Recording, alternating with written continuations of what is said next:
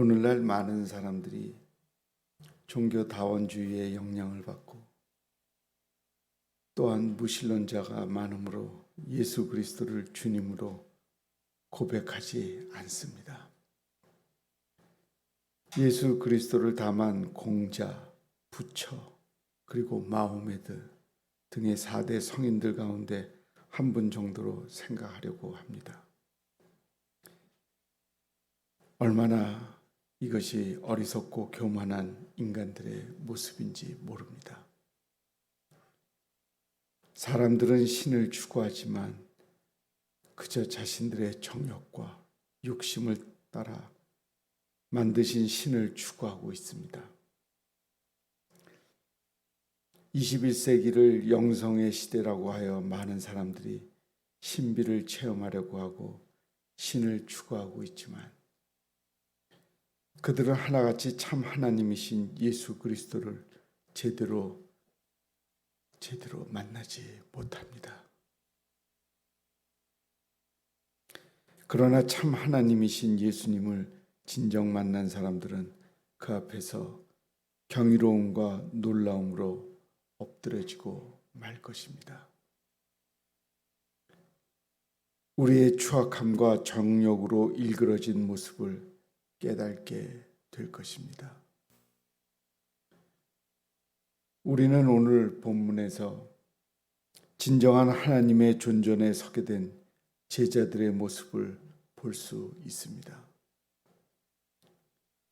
그 중에서 베드로의 모습 속에서 진정 하나님을 배운 자의 반응이 어떠해야 하는지를 깨닫게 됩니다. 주님께서는 진정 주님을 배운 자는 자신이 죄인됨을 깨닫게 된다고 말씀합니다. 물고기로 가득 찬 배를 이끌고 육지에 올라간 베드로가 처음 한 행동은 바로 예수님 앞에 엎드리는 것이었습니다. 그리고 그는 주여 나를 떠나소서 나는 죄인이로소이다 라고 고백했습니다. 왜냐하면 그는 예수님의 가르침과 기적을 체험하면서 예수님께서 거룩하신 분이신 것을 깨닫게 되었기 때문입니다. 물론 베드로는 그 순간 예수님의 정체에 대해서 다 안 것은 아니었습니다. 그러나 베드로가 예수님의 신적 권위 앞에 서게 되었을 때는 그는 자신의 추악함과 죄인됨을 그 즉시로 깨닫게 되었고 그런 고백을 하게 되었습니다. 처음에 그는 예수님을 향하여 선생님이라고 불렀습니다. 그러나 그는 예수님의 신적인 권능과 위엄 앞에 서게 되었다는 것을 깨닫게 되는 순간 그 말은 퀴리에는 주님으로 하는 말입니다. 주님으로 바뀌었습니다. 이 고백으로 미루어 보아 베드로는 예수님께서 단순한 인간 이상의 신적인 존재이심을 깨달게 되었다는 것을 분명히 알 수 있습니다. 아무튼 여기서 우리는 예수님께서 베드로를 부르실 때 인간의 이성이나 경험을 초월하신 메시아로서의 신적 권능을 보여주심으로써 베드로가 스스로 죄인됨을 깨닫게 하셨는데 이는 자신의 죄인됨을 깨닫고 예수님께 온전히 부복하는 자가 비로소 주님의 제자가 될 수 있다는 것을 알게 합니다. 주님께서는 진정 주님을 배운 자는 주님의 말씀에 순종하게 된다고 말씀합니다. 예수님께서는 베드로에게 깊은 데로 가서 그물을 던지라고 말씀하셨습니다. 인간적으로 생각해 보면 예수님의 이 명령은 터무니없는 명령으로 보입니다. 더욱이 베드로와 그 형제들은 어부였습니다. 그들은 평생을 바다에서 살았고 고기를 잡는 것으로 어부로 삼는 전문가였습니다. 그런데 그들이 밤새도록 노력을 했지만 고기를 잡지 못했습니다. 갈릴리 바다의 고기는 주로 밤에 잘 잡혔고 그것도 얕은 여울가에 잘 잡힌다고 합니다. 그런 상황에서 깊은 데로 가서 그물을 던지라는 예수님의 명령은 상식을 넘어서 잘못된 명령이었습니다. 순종하기에는 무리가 있는 말씀이었습니다. 갈릴리 바다가 나오니까 제가 옛날에 이스라엘을 갔을 때, 옛날도 아니죠. 지금 옛날이라 그러면 근데 한 10년 됐으니까 꽤 오래됐죠. 갈릴리 바다를 갔습니다. 한강보다 넓겠지. 근데 한강의 반도 안 돼요. 작습니다. 거기까지만 얘기할게요.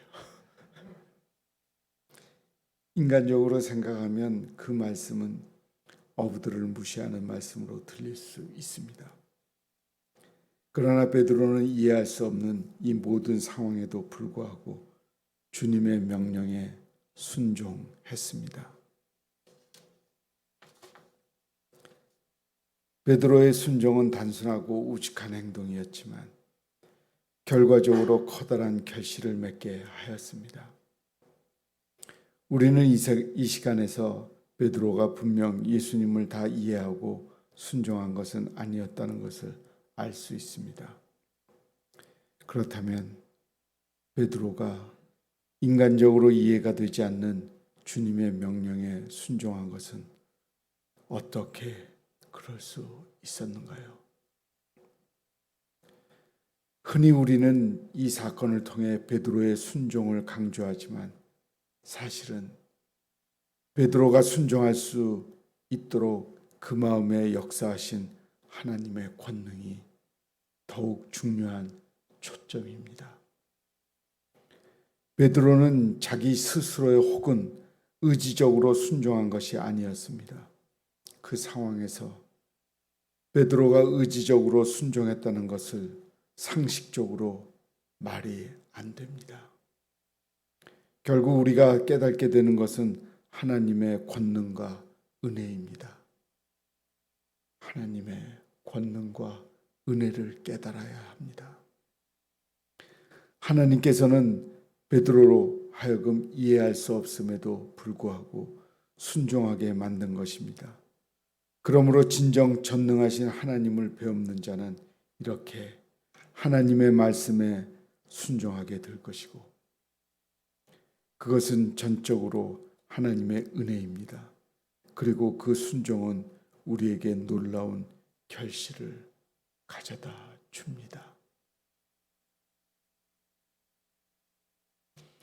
주님께서는 진정 주님을 배운 자는 자신의 모든 것을 버려두고 그를 따르게 된다고 말씀합니다. 이 사건이 있는 후 제자들은 배에서 내리자마자 자신의 모든 것을 버려두고 예수님을 따라 나섰습니다.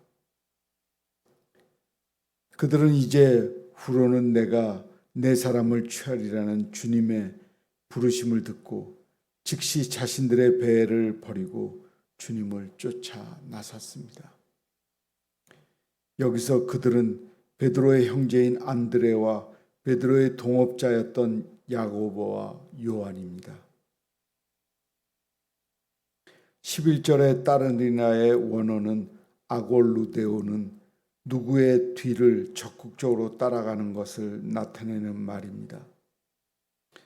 이는 예수님께서 어떤 분이심을 알고 그 앞에서 자신들의 참 모습을 발견한 어부들은 예수님의 뒤를 적극적으로 따르는 제자들의 삶을 선택하는 것을 말해줍니다. 그것도 자신들의 가장 소중한 모든 것을 뒤에 다 버려두고 말입니다.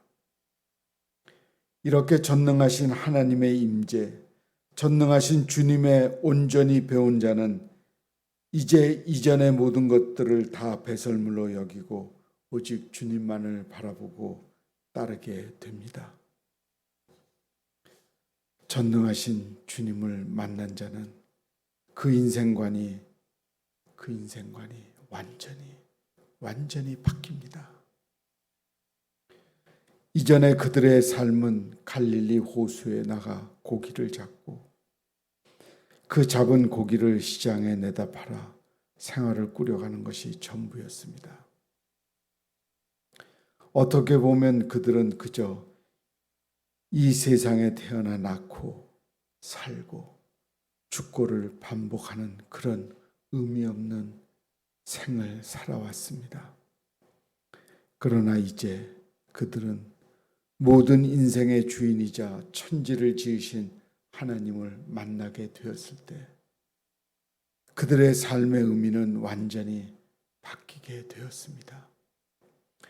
이렇게 진정 예수님을 만나 배우는 자는 그 인생의 의미가 달라지고 하나님을 위하여 사는 복된 삶을 살게 됩니다.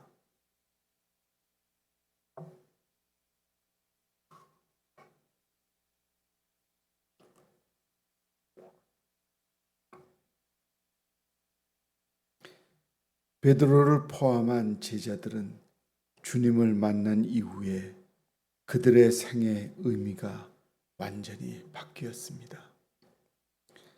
그들은 주님을 만나게 되었을 때 내가 누구인가 하는 것을 알게 되었고 뿐만 아니라 그분의 음성에 순종하였을 때 그들의 삶이 얼마나 놀랍게 풍성한 삶으로 변화되었는지를 경험하게 되었습니다. 결국 그들은 그들의 생의 전부를 주님께 온전히 내어 맡기며 살아가는 제자들이었습니다. 우리들도 우리 인생의 참 주인이신 예수님을 만나게 되면 그 안에서 우리의 삶이 온전히 변하게 되고 풍성한 열매를 맺을 수 있는 삶이 될 것입니다. 주님은 그렇게 우리가 살아가는 것을 매우 보고 싶어 합니다.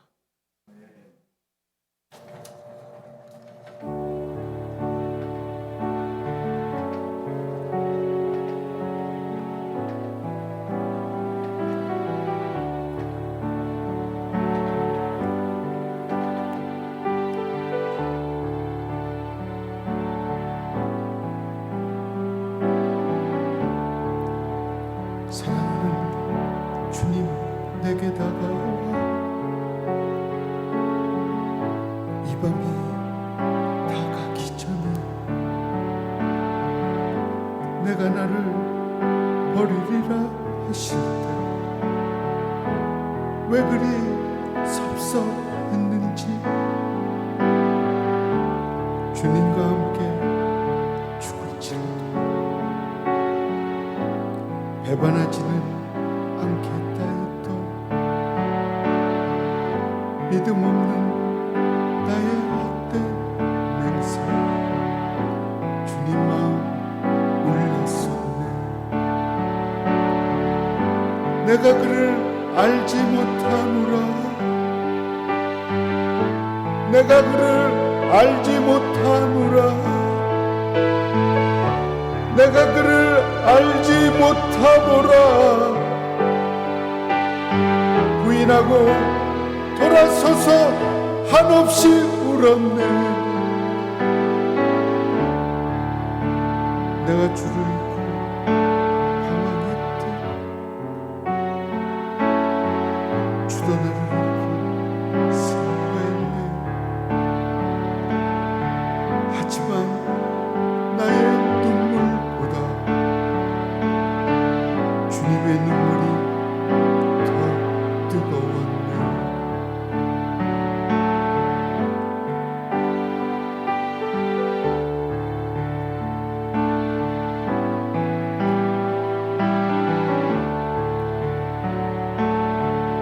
곳에서 들리는 닭울음 소리,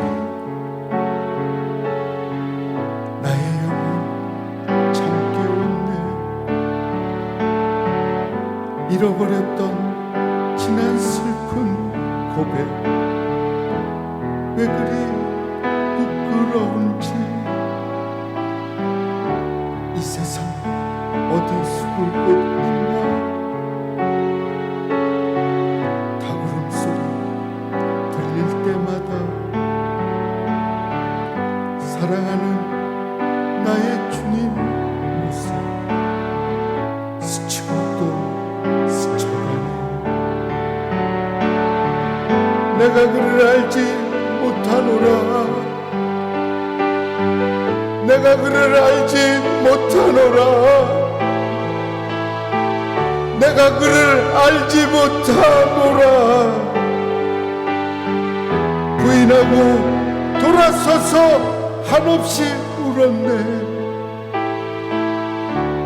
주님 오실 기약 어찌 잊고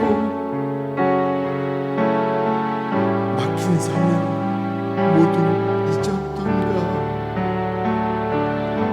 지금도 새벽닭 울 때면 참회의 눈물로 회개하네. 지금도 새벽닭 울 때면 참회의 눈물로 회개하네.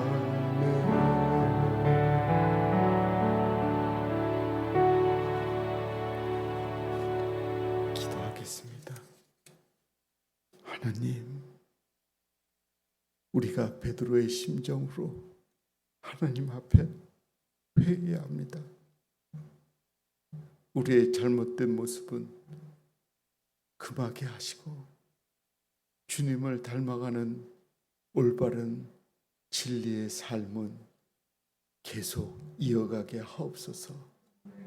예수님의 이름으로 기도합니다.